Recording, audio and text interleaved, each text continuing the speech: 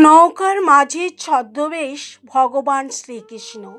শিলজীব গোস্বামী বৃন্দাবনের একটি পবিত্র হ্রদ মানসী গঙ্গায় ঘটে যাওয়া একটি সুন্দর এবং কৌতুকপূর্ণ বিনোদনের বর্ণনা দিয়েছেন।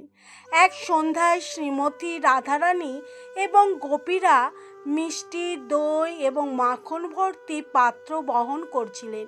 সেই সময় মানসী গঙ্গা বেশ বড় ছিল, প্রায় ৮ মাইল বিস্তৃত ছিল এবং রাত ঘনিয়ে আসছিল। বাড়ি ফিরে যাওয়ার জন্য তাদের হ্রদ পার হতে হয়েছিল, কিন্তু যাত্রা করার জন্য তাদের কাছে কোনো নৌকা ছিল না। সেই মুহূর্তে কৃষ্ণ একজন সাধারণ মাঝির ছদ্মবেশে আবির্ভূত হলেন। গোপীরা তাকে ডাকলেন, মাঝি, মাঝি, দয়া করে আমাদের পার করে দিন। মাঝি উত্তর দিলেন, আমার সেবার জন্য আমাকে টাকা দিতে হবে। আপনার কাছে দুধের পণ্য এবং মিষ্টি আছে। কিন্তু মজার আলোচনার পরে তারা একটি চুক্তিতে পৌঁছান এবং মাঝি হিসেবে কৃষ্ণ অনেক মিষ্টি খেতে শুরু করেন এবং গোপীদের দেয়া দুধ পান করতে শুরু করেন। সন্তুষ্ট হয়ে তিনি তাদের নৌকায় উঠতে দেন এবং নৌকা চালানো শুরু করেন। নৌকার মাঝির কৌতুকপূর্ণ দাবি, নৌকা যখন জলের মধ্যে দিয়ে এগিয়ে যাচ্ছিল তখন কৃষ্ণ হঠাৎ নৌকা চালানো বন্ধ করে দিলেন। গোপীরা জিজ্ঞাসা করলেন, তুমি কেন থামলে? ক্ষুধার ভান করে কৃষ্ণ বললেন, আমার আরও খাবার দরকার, আমাকে আরও দই আর মাখন দাও। গোপীরা অনিচ্ছা সত্ত্বেও তাদের খাবারের অংশ তাকে আরও বেশি করে খাওয়ালেন। মনের তৃপ্তি পর্যন্ত খাওয়ার পর কৃষ্ণ নৌকায় শুয়ে পড়লেন এবং বললেন, আমি অতিরিক্ত খেয়ে ফেলেছি, এখন আমার বিশ্রাম নেওয়ার দরকার। আমার বাহু এত ক্লান্ত যে আর নৌকা চালানোর জন্য আর নেই। অধৈর্য হয়ে ওঠা গোপীরা তাকে সতর্ক করে দিয়ে বলল, যদি তুমি নৌকা চালানো শুরু না করো তাহলে আমরা তোমাকে জলে ফেলে দেব। এই কথা শুনে কৃষ্ণ আবার নৌকা চালানো শুরু করলেন, কিন্তু শীঘ্রই আবার থামলেন। এবার তিনি দাবি করলেন যে নৌকাটি খুব ভারী এবং ডুবে যাওয়ার ঝুঁকিতে রয়েছে। বোঝা হালকা করার জন্য তিনি গোপীদের তাদের দুধের কলসি হ্রদে ফেলে দেওয়ার নির্দেশ দিলেন। তারা রাজি হয়ে তাদের সমস্ত মূল্যবান দুগ্ধজাত দ্রব্য মানসী গঙ্গায় ফেলে দিলেন। কিন্তু কৃষ্ণের সেই ইচ্ছা পূরণ হলো না। তিনি তাদের বললেন যে নৌকাটি এখনও অনেক ভারী এবং তাদের গয়নাও জলে ফেলে দিতে হবে। গোপীরা অনিচ্ছুক হলেও তাদের গয়না খুলে হ্রদে ফেলে দিলেন। তবুও কৃষ্ণ জোর দিয়ে বললেন যে নৌকাটি এখনও অনেক ভারী, ইঙ্গিত দিলেন যে তাদের পরবর্তীতে তাদের পোশাক জলে ফেলে দিতে হবে। হতাশ হয়ে গোপীরা তাকে হ্রদে ফেলে দেওয়ার হুমকি দিলেন। নৌকার মাঝির আসল পরিচয়ের প্রকাশ, কৃষ্ণ নৌকা চালানো শুরু করলেন, কিন্তু শীঘ্রই নৌকাটি আবার থেমে গেল।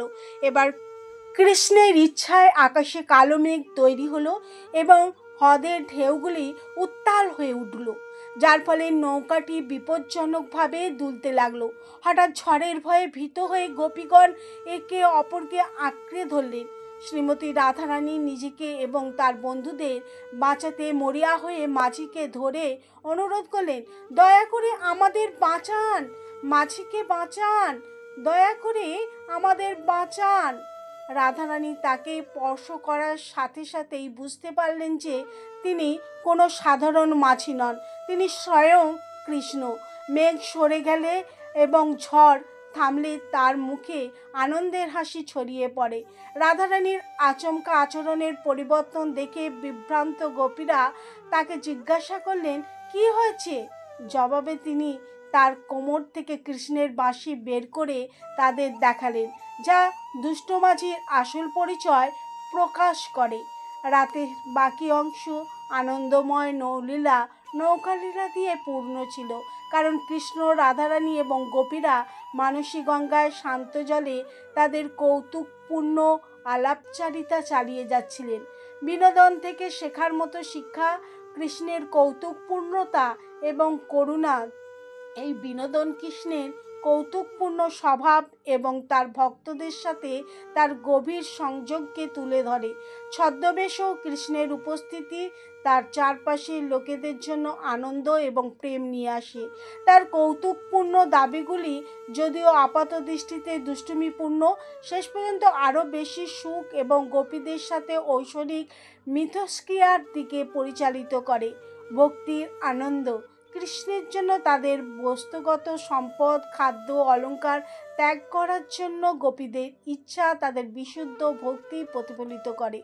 তারা পার্থিব জিনিসের প্রতি আসক্ত নয়, বরং কৃষ্ণের সাথে তাদের প্রেমময় সম্পর্কের উপর মনোনিবেশ করে, যা তাদের প্রকৃত আনন্দ এবং পরিপূর্ণতা এনে দেয়। ঐশ্বরিক প্রকাশ শ্রীমতী রাধারানী যে মুহূর্তে কৃষ্ণকে চিনতে পারেন, সেই মুহূর্তে ঐশ্বরিক প্রকাশের মূল বিষয়বস্তুকে তুলে ধরে। এমনকি আমাদের দৈনন্দিন জীবনের ঐশ্বরিকতা অপ্রত্যাশিত রূপে আবির্ভূত হতে পারে এবং এই সত্যের স্বীকৃতি অপরিসীম আধ্যাত্মিক আনন্দ নিয়ে আসে। দেবতা এবং ভক্তের ঐক্য কৃষ্ণ এবং গোপীদের মধ্যে কৌতুকপূর্ণ মিথস্ক্রিয়া ঈশ্বর এবং তার ভক্তদের মধ্যে ঐক্য এবং ঘনিষ্ঠ সংযোগের প্রতীক। এই লীলা অনবসতি শিক্ষা দেয় যে ঈশ্বর সর্বদা কাছে থাকেন, এমনকি আপাতত দুঃখের মুহূর্তগুলোতেও, এবং সংযোগকে স্বীকৃতি দেওয়া আধ্যাত্মিক পরমানন্দের দিকে পরিচালিত করে।